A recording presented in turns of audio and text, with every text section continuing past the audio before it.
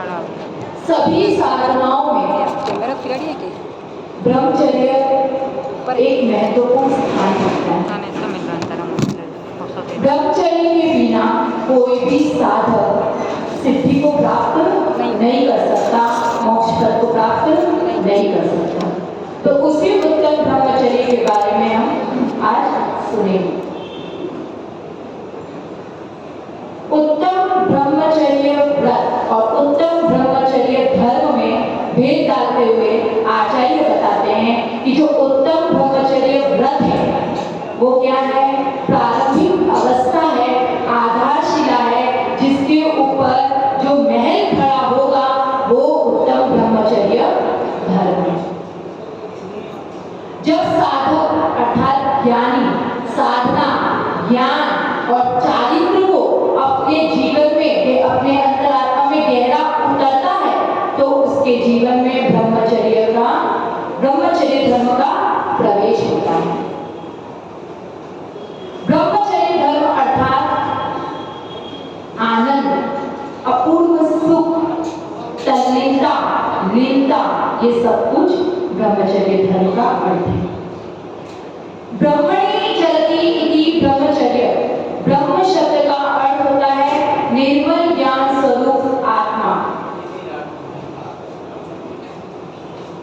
निर्मल ज्ञान स्वरूप आत्मा क्या? अपनी ही आत्मा में रमण करना, अपनी ही आत्मा में प्रवृत्ति करना, ये होता है उत्तम ब्रह्मचर्य धर्म। अपनी आत्मा में आसक्त, आत्मसात होना और आत्मा के द्वारा ही आत्मा को जानना और उसमें पूर्ण रूप से स्थित होना, उसका नाम है उत्तम ब्रह्मचर्य धर्म। अर्थात जो बाहर की विषय वासनाओं के सब्जेक्ट है, विषय है, उनसे दूर होना, उनसे विमुख होना और अपने आत्मज्ञान स्वरूप में लीन होना उत्तम ब्रह्मचर्य धर्म है। अब ब्रह्मचर्यानुव्रत क्या होता है? जो कि व्यवहार है। क्या होता है? जो पाप के भय से न तो स्वयं पर स्त्रियों में गमन करता है और न दूसरों से कराता है, उसको कहते हैं स्वदार संतोष नामक व्रत, ब्रह्मचर्यानुव्रत। लेकिन आजकल क्या चल रहा है? सिर्फ स्पर्शन इंद्रिय के विषय को ही ब्रह्मचर्य मानते हैं। उमा स्वामी आचार्य ने 5 भावनाएं बताई है ब्रह्मचर्य व्रत की। स्त्री राग कथा श्रवण तन मनोहरा, निरीक्षित भगवत्राम स्मरण, भ्रष्टेश रस शरीर संस्कार त्यागा पंचम। स्त्री राग को पैदा करने वाले वचन नहीं बोलना, स्त्री कथा नहीं सुनना और मनोहर अंगों का निरीक्षण, स्त्री के मनोहर अंगों को नहीं देखना, पूर्व में भोगे गए विषयों का स्मरण नहीं करना और वरिष्ठ भोजन नहीं करना। अब आप सब मुझे ये बताइए कि स्त्री किसे कहते हैं?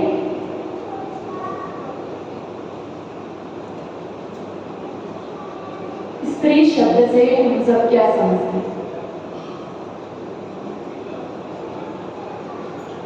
कभी हम अपनी माता को स्त्री कहते हैं, बेटी को कहते हैं, बहन को, पत्नी को, कोई भी अपने रिश्तेदारों को, यहाँ तक कि बुआ, मासी, मामी, किसी भी रिश्तेदारों को अपनी स्त्री बोलकर संबोधन नहीं करते। जिससे कोई संबंध नहीं होता वो स्त्री। तो फिर स्त्री किसे कहते हैं? जिससे अपना किसी से कोई संबंध नहीं है, परिचय नहीं है, रिश्ता नहीं है, उसे हम स्त्री कहते हैं। तो यहाँ पर किस स्त्री की बात हो रही है? उस स्त्री की बात हो रही है जो उमा स्वामी आचार्य जी ने बताई। अब इस सूत्र में, अब इसमें बताया है स्पर्श इंद्रिय के क्या विषय के रूप में जोड़ दिया गया है, लेकिन इसका हमें ये अर्थ नहीं निकालना चाहिए कि आचार्य जी बाकी चारों इंद्रियों को मनमाने तरीके से यूज करने के लिए बोल रहे हैं। उनका स्पर्श इंद्रियों को त्याग करने का, विरोध करने का अर्थ यही है कि चारों इंद्रियों को भी कंट्रोल करना है, उस पर भी ध्यान देना है। ब्रह्मचर्य व्रत पूरी तरीके से तभी बनेगा जब अपना 5 इंद्रियों पर विरोध होगा, उसको रोका जाएगा। स्पर्श इंद्रिय इसलिए कह दिया है क्योंकि स्पर्श इंद्रिय का जो क्षेत्र है वो व्यापक है, वो विस्तृत है, क्योंकि स्पर्श इंद्रिय के अंदर कहने से पूरे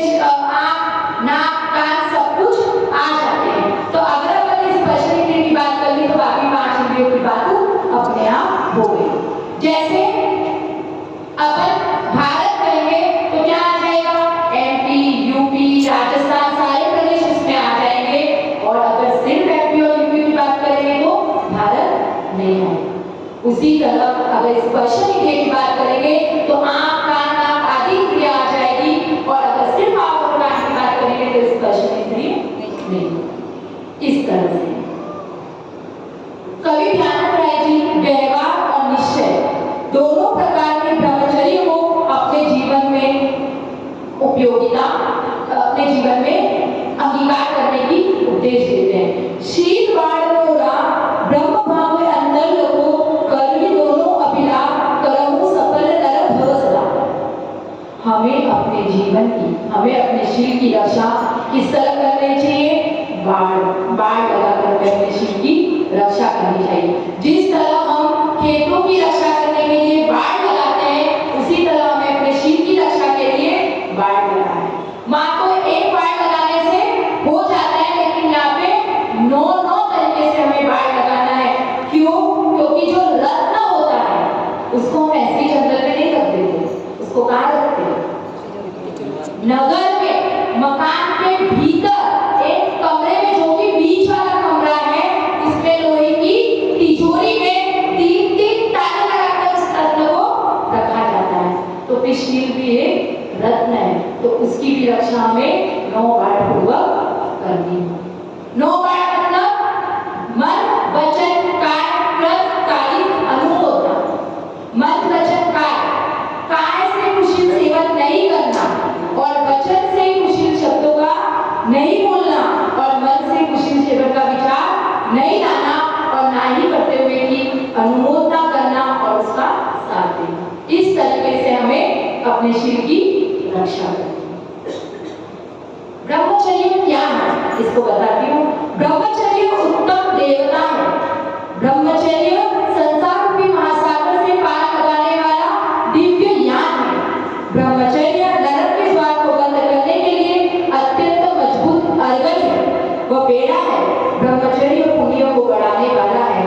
ब्रह्मचर्य अत्यंत आदर सत्कार को देने वाला है। ब्रह्मचर्य सर्व व्रतों का सार है और समस्त गुणों की खान है। ब्रह्मचर्य धर्म का मेरुदंड है। यह है ब्रह्मचर्य की महत्वता। अब देखो, हम अपने जीवन में ब्रह्मचर्य को कैसे ला सकते हैं, उसको समझते हैं।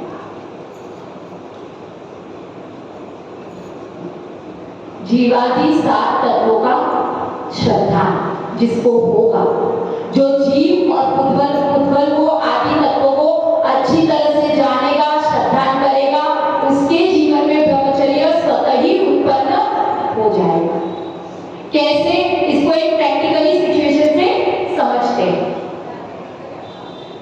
क्या 2 तरह के व्यक्ति होते हैं, एक होता है ज्ञानी और एक होता है अज्ञानी। ज्ञानी जो 7 तत्वों पर श्रद्धा करता है, जो जीव और पुद्गल को अलग अलग जानता है, वो हुआ ज्ञानी।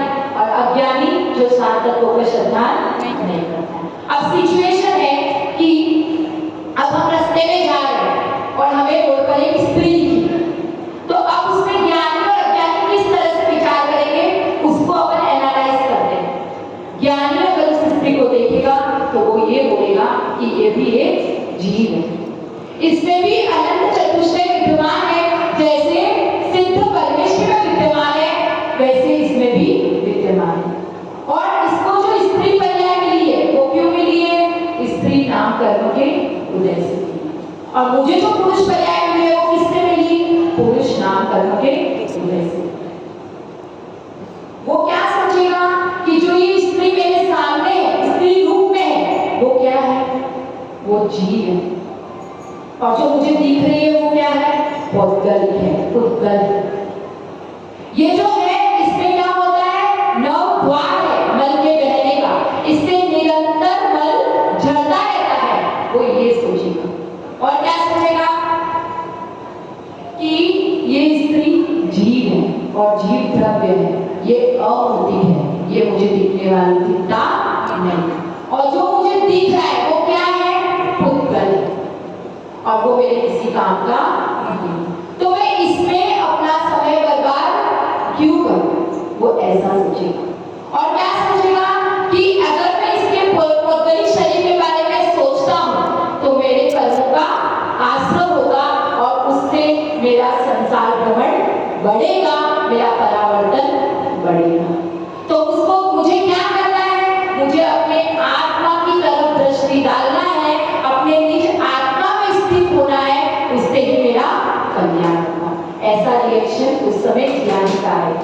अज्ञानी का क्या रिएक्शन आएगा? अज्ञानी व्यक्ति उस स्त्री को देखेगा, वैसे ही उसके अंदर वासना जागृत हो जाएगी। वासना, और फिर वो तरह तरह से सोचेगा कि मैं कैसे पंच इंद्रियों से इसको उपभोग करूं, मैं ऐसा क्या करूं कि वो स्त्री मेरी हो जाए। और क्या करेगा? उसको तरह अभद्र वचन बोलेगा, काय से वो गलत चेष्टा करेगा, और क्या करेगा? इत्र आदि सुगंधित पदार्थों लगाकर उसको अपनी तरफ अट्रैक्ट करने की कोशिश करेगा। न जाने कितने तरीके वो अपनाए। ये किस लिए अपनाएगा? अपने अज्ञान भाव के कारण। आपको समझ में भी नहीं आएगा कि उसको अचानक एकदम से हो गया है। वो अज्ञानी जीव एकदम से अज्ञान की तरफ प्रवर्तन करेगा। ये होता है ज्ञानी और अज्ञानी में फर्क। ज्ञानी जो करेगा उसका फल क्या होगा? क्या फल होगा? वो आगे के भवों को उत्कृष्ट प्राप्त करेगा, देवायु को प्राप्त करेगा, और निकट कुछ भवों में मोक्ष पद को भी प्राप्त करेगा।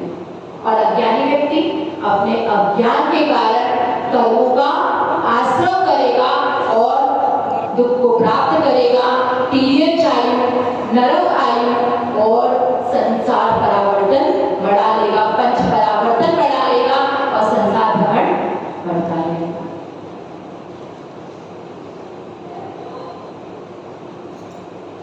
चार बेसिक बातें हैं जिनको अपने, अगर अपन ब्रह्मचर्य को अपने जीवन में लाना चाहते हैं तो उसके उपाय। पहला उपाय क्या? मानसिक स्वस्थता होनी चाहिए। क्या? मानसिक स्वस्थता होनी चाहिए।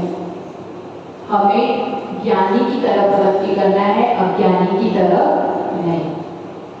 हम जैन कुल में जन्म लिया है हमने, हमारे तीर्थंकर, हमारे अरिहंत केवली है जिन्हें सारे तीनों लोगों का ज्ञान है। तो हमें ज्ञान की तरफ, ज्ञानी की तरफ प्रगति करनी चाहिए।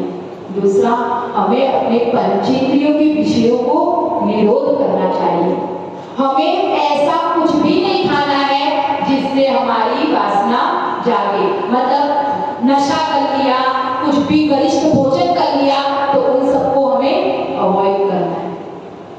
हमें ऐसा कुछ सुनना नहीं है, ऐसा कुछ देखना नहीं है, ना पैम्पलेट, ना एडवर्टाइजमेंट, ना ऐसी मूवी, ना ऐसे सीरियल देखना है जिससे हमारा मन भरा हो। इस तरीके से हमें अपने 5 इंद्रियों को निरोध करना है। तीसरा, अच्छी जनों की संगति करना है, जो ब्रह्मचर्य को पालते हैं, और ऐसे लोगों के साथ में उठना बैठना है ताकि हमारे अंदर क्या हो? उनके जैसे भाव हो, उनके जैसे उसको ग्रहण करने के भाव। चौथा, देव शास्त्र गुरु और जिनेंद्र भगवान के प्रति भक्ति करना है, पूजा करनी है, माला फेरनी है, ध्यान करना है, जिससे हमें अपने आप को देव शास्त्र गुरु के प्रति इन्वॉल्व करना है। उससे क्या होगा? क्योंकि जिनेंद्र भगवान सर्वोत्कृष्ट एग्जाम्पल है ब्रह्मचर्य के, उत्तम ब्रह्मचर्य के धारी। तो हम उनकी पूजा करेंगे तो हमें भी उनके जैसे गुणों की प्राप्ति होगी, हमारे अंदर भी उत्तम ब्रह्मचर्य धर्म आएगा। मर्यादा, जो मर्यादा रखता है उसका भी उत्तम ब्रह्मचर्य व्रत बनता है। राम को वनवास मिला था 12 साल का, तो राम, लक्ष्मण और सीता साथ में थे। तो क्या हुआ? सीता का हरण हो गया। अब राम जंगल जंगल में घूम रहे हैं, पशु पक्षी से पूछ रहे हैं कि मेरी सीता को कहीं देखा क्या, सीता को कहीं देखा क्या, ढूंढते फिर रहे हैं। अब उन्हें रास्ते में क्या मिल रहा है? कुंडल मिला। तो उन्होंने अपने भाई से पूछा कि लक्ष्मण, क्या तुम इस कुंडल को जानते हो? ये सीता का है क्या? तो उन्होंने कहा नहीं भैया, मैं नहीं जानता, क्योंकि मैंने सीता माँ के कभी कानों की तरफ देखा ही। फिर थोड़ा आगे चले तो उनको मिला हार। तो राम जी ने पूछा कि अब लक्ष्मण, तुम इस हार को पहचानते हो क्या? ये सीता का है क्या? तो उन्होंने कहा मैंने कभी उनके गले की तरफ नहीं देखा।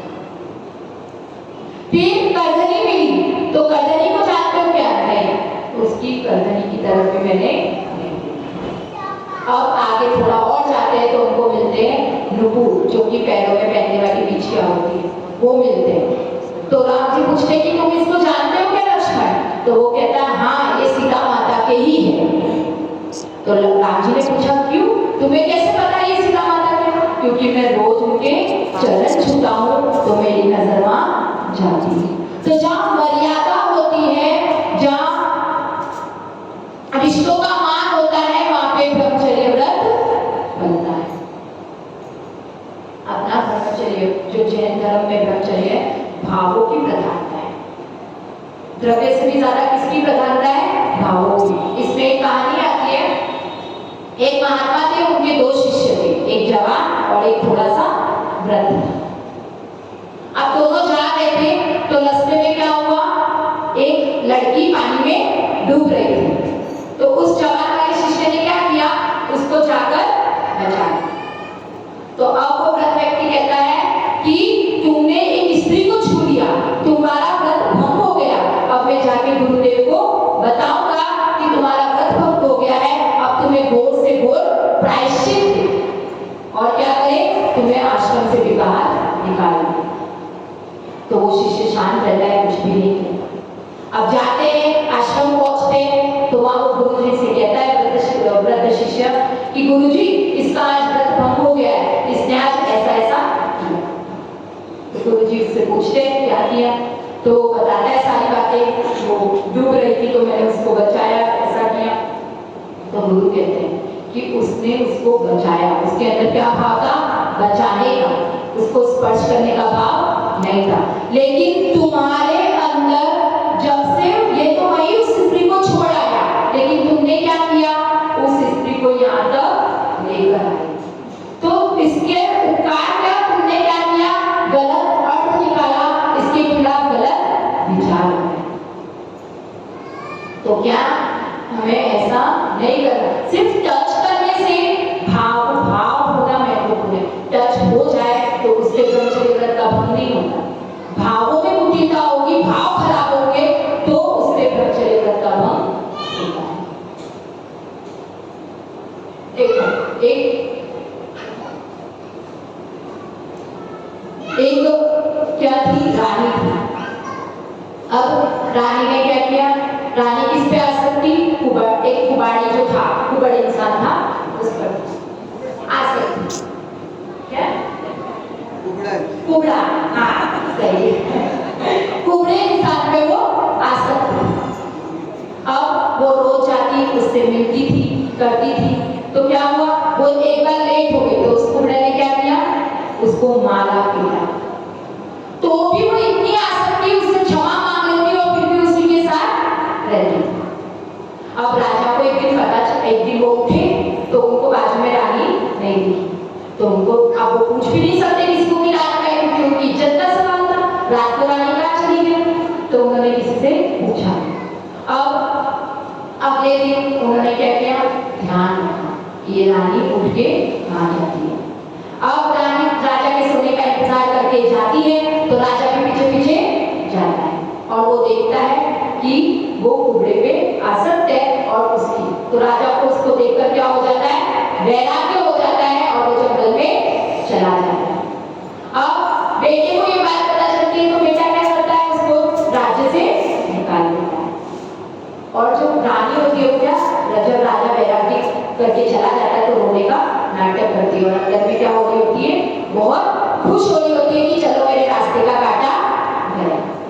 अब बेटे ने उसको निकाल दिया, राज्य निकाला दे दिया, तो अब वो और खुश हो गई कि चलो अब मैं उसके साथ में हमेशा रहूंगी।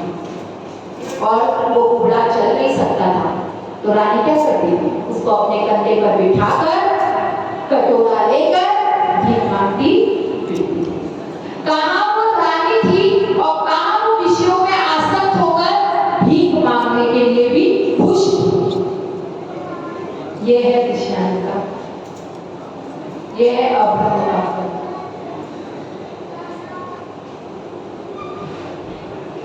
ब्रह्मचर्य पालने से क्या लाभ होगा? ब्रह्मचर्य से मन में शांति व स्थिरता आती है, और शांति और स्थिरता से क्या होता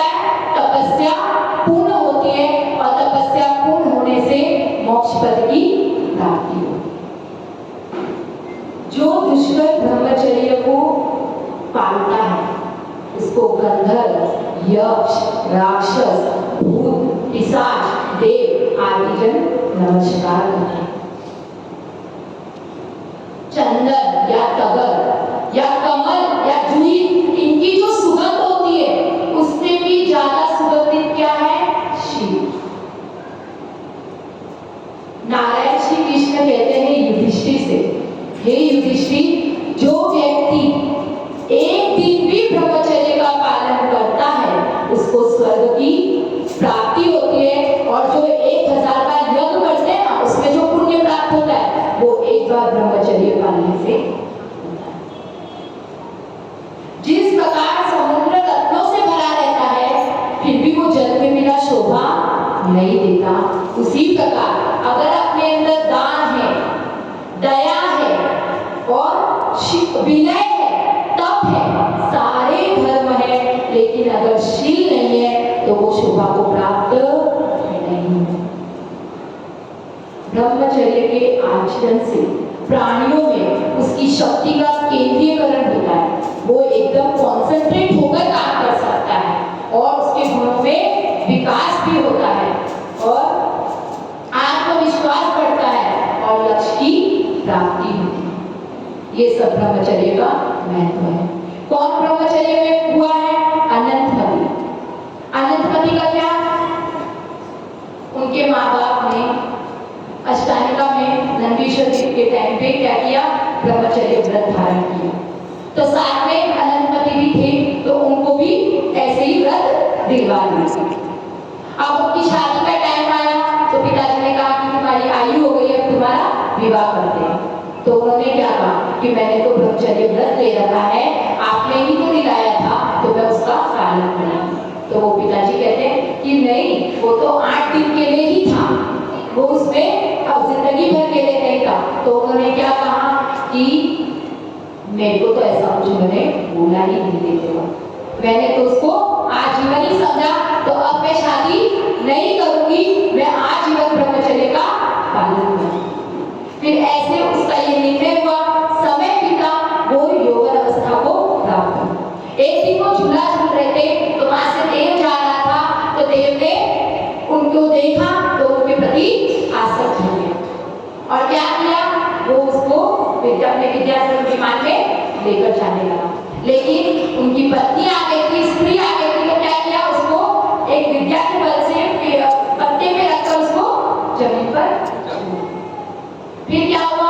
उन्होंने न जाने कितने लोगों के हाथ लगे, अपने शिव की रक्षा की, वन देवता ने भी आकर उन्हें बचाया। फिर उसके बाद में ये सब करते हुए एक बार उन्हें आलिका मिली, जो कि उनका नाम कमलश्री आलिका। वो मिले, उनके पास वो शालिका बनकर रहने लगे और पिताजी जो परेशान थे वो अपने अयोध्या नगरी में आए, अपने साले के घर पे। साले के घर पे आए, उधर चौका लगने वाला था, तो साले ने क्या किया था? चौक पूजने के लिए माता जी के साथ में जो शालिका है उसको बुलाया था और वो चौक को देखकर पिताजी आए, उन्होंने बताया कि मेरी बेटी का हरण हो गया। अब वो मंदिर गए हुए थे, अब वापस आए तो देखा कि वो चौक पूरा हुआ है। तो उनको किसकी याद आई? अपनी बेटी अनंतमति की। फिर कहा कि जिसने ये चौक पूरा है उसको बुलाओ, मैं उसको मिलना चाहता हूँ। बुलाया गया तो क्या हुआ? बाप और बेटी का मिलन, और मिलन होने के बाद पिताजी ने कहा कि चलो बेटी घर चलते हैं। तो अनंतमति ने क्या कहा कि अब मैं आलिका माता जी के पास रहकर दीक्षा को ही धारण करूं, तपस्या करके अपना जीवन सफल करूं। तो ये है ब्रह्मचर्य को पालने का महत्व। ऐसे ही नीली की भी कथा आती है, जो कि माता जी ने अपन को अणव्रत में बताया है। नीली का भी ऐसे था कि उनकी शादी को वो उनके पति और ससुर कपट करके शादी कर लेते होते, बौद्ध धर्म को पालने वाले, और शादी हो जाती है, फिर वो अपने धर्म में कट्टरता रहते हैं, लेकिन उसके पति और ससुर क्या चाहते हैं कि वो बौद्ध धर्म को अपनाएं। और फिर उसकी वजह से उनकी जो ननद होती है, जो पति की बहन होती है, वो क्या करती है? उन पे आरोप लगा देती है कि इसका चरित्र दूषित है। फिर क्या होता है? वो जाके ये सारी अफवाह सुनते हैं, तो वो जाकर मंदिर में जाकर खड़े हो जाते हैं, कायस्थल करते हैं और नियम ले लेते हैं कि जब तक इस बात का निवारण नहीं होगा, जब तक मेरा चरित्र शुद्ध नहीं होगा तब तक मैं कुछ भी ग्रहण नहीं करूंगी, मैं समाधि ग्रहण करूंगी। तो क्या होता है, वन देवता का आसन मिलता है और देवता के राजा को सपना देते हैं कि तुम्हारे सारे दरवाजे क्लिक हो रहे हैं, जो स्त्री अपने बाएं पैर से और जो अपने शिव व्रत की पालन कर रही है, रक्षा कर रही है, उसको लगवाओगे तो ये दरवाजे खुलेंगे। तो नगर की सारी स्त्रियां उस दरवाजे को छू लेती है, लेकिन वो खुलता नहीं है। फिर किसको बुलाया जाता है, नीली को, और उसके बाएं पैर से लगाने से क्या हो जाता है, वो द्वार खुल जाता है। अब अब्रह्म की हानि क्या होता है, ब्रह्म से शील की हानि होती है, चरित्र दूषित होता है, स्वास्थ्य में कमी आती है, अपना स्वास्थ्य बिगड़ता है। क्यों बिगड़ता है, क्योंकि वीर्य का नाश होता है, उससे अपनी शक्ति खत्म होती है। और सामाजिक जो रिस्पेक्ट होती है अपनी, उसमें कमी आती है, लोग अपनी रिस्पेक्ट करना बंद कर देते हैं। और अब्रह्म के कारण क्या होता है, कुशिल पाप तो होता ही है, साथ में बाकी के सारे भी पाप हो जाते हैं, झूठ, चोरी, मायाचारी, सारे पाप बंद कर देते हैं। अब्रह्म के कारण दुर्गति को भी प्राप्त होते हैं। अब दूध में 10 धर्मों को कैसे घटित करते हैं, मैं वो बताती हूँ। पहला है क्षमा।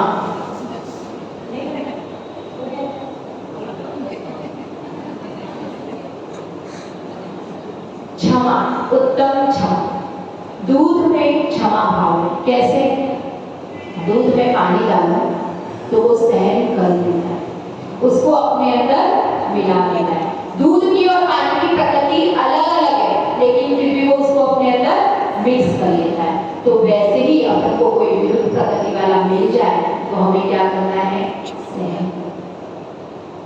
उत्तम मार्दव, दूध में क्या है, मृदुता, कोमलता, उसमें किसी भी प्रकार की कोई भी गांठ नहीं होती, वो एकदम मुलायम सा होता है।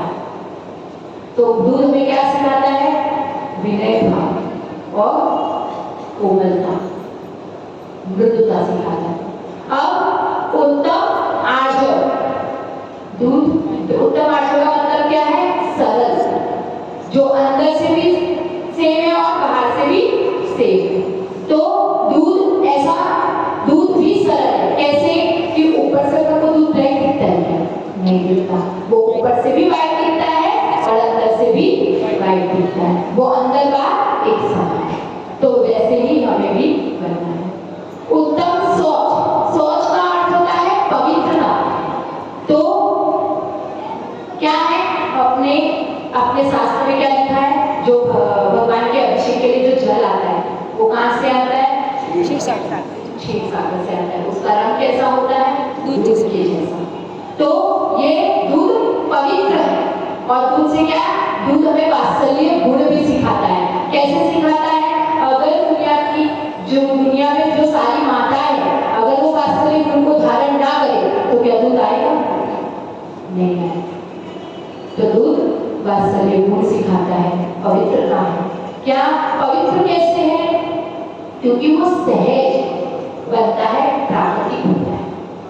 कुछ लोग कहते हैं कि दूध जो है वो पंचेंद्रियों का अवयव है, तो उसको ग्रहण नहीं करना चाहिए, पर ऐसा नहीं है। दूध पंचेंद्रिय का अवयव भले है, लेकिन वो सहज है, प्राकृतिक है। और जो खून मांस ये जो है वो अप्राकृतिक है। और अब आते हैं उत्तम सत्य। सब लोग यही मानते हैं कि दूध एक संपूर्ण आहार है, मानते हैं ना, चाहे वो किसी भी संप्रदाय का हो, चाहे वो किसी भी धर्म का हो, सब क्या मानेंगे, दूध एक संपूर्ण आहार है। तो उसमें उत्तम सत्य है। अब उत्तम संयम, अगर दूध संयमित रहेगा और अगर वो असंयम मतलब संयमित रहेगा, अगर उसमें शक्कर मिश्रित डालेंगे तो क्या होगी, उसकी गुणों की वृद्धि होगी, वो और टेस्टी बनेगा। और जो असंयम, अगर उसमें अपन उसके विकार वाले जो डाल देंगे, इमली, कोई खटाई या दूध मार के चला जाएगा, उसका स्वाद खराब हो जाएगा। उसी तरह से हमें भी संयमित रहना है, तो हम क्या होंगे, उत्तरोत्तर गुणों में अपने विकास में वृद्धि होगी। और अगर असंयमित हो जाएंगे तो अपना पतन निश्चित। अब तप, उत्तम तप क्या होता है, दूध को तपाया जाता है। जैसे जैसे उसको तपाया जाता है तो क्या होता है, उसमें जो पानी का अंश है वो उसका त्याग करता है। तो वैसे ही हमें अपने शरीर को तपाते हैं, अपनी आत्मा को तपाते हैं, तो हमें अपने राग और द्वेष का त्याग करते जाना है।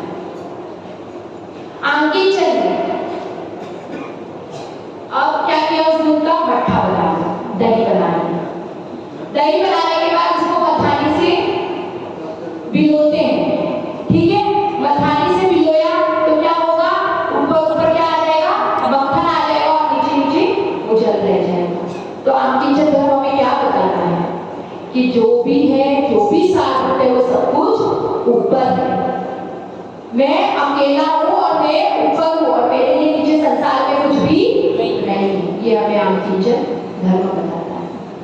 ब्रह्मचर्य धर्म, ब्रह्मचर्य धर्म को कैसे समझेंगे कि अब उस मक्खन को अगर दोबारा तपाएंगे तो क्या हो जाएगा, घी बनेगा। और वो घी कैसा होगा, एकदम स्फटिक, ट्रांसपेरेंट, पारदर्शिता। उसमें क्या होगा, अपन को सब कुछ आर पार दिखेगा। तो अगर हम ब्रह्मचर्य को अपनाएंगे तो क्या होगा, वो एकदम स्फटिक और निर्मल, जैसे अय्यंत भगवान है स्फटिक निर्मल है, जैसे दर्पण है निर्मल है, वैसे क्या होगा, हम उस घी में, उसमें क्या होगा, तीनों लोगों का, सभी द्रव्यों की, सभी पर्यायों को एक साथ जानेंगे।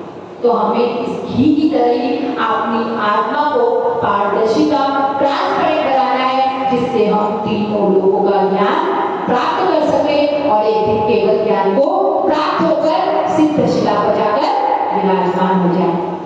जय बोलो महावीर भगवान की।